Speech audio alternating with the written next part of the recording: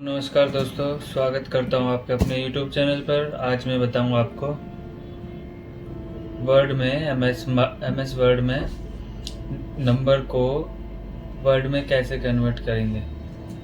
तो मैं आपको फॉर्मूले के साथ ये सब चीज़ें बताने वाला हूं, तो जुड़ जाइए मेरे साथ। और मैं आज आपको बताने वाला हूं नंबर से वर्ड में कन्वर्ट कैसे करते हैं। तो स्टार्ट कर लेना है आपको।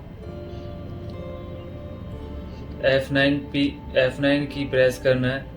F9 की के साथ ही हमें फॉर्मेट, जो मैं फॉर्मूला लिखा, ये फॉर्मूला लिखना है आपको। और फिर उसके साथ Alt X प्रेस कर देना है, तो आपका जो नंबर है वो कन्वर्ट होके आ जाएगा।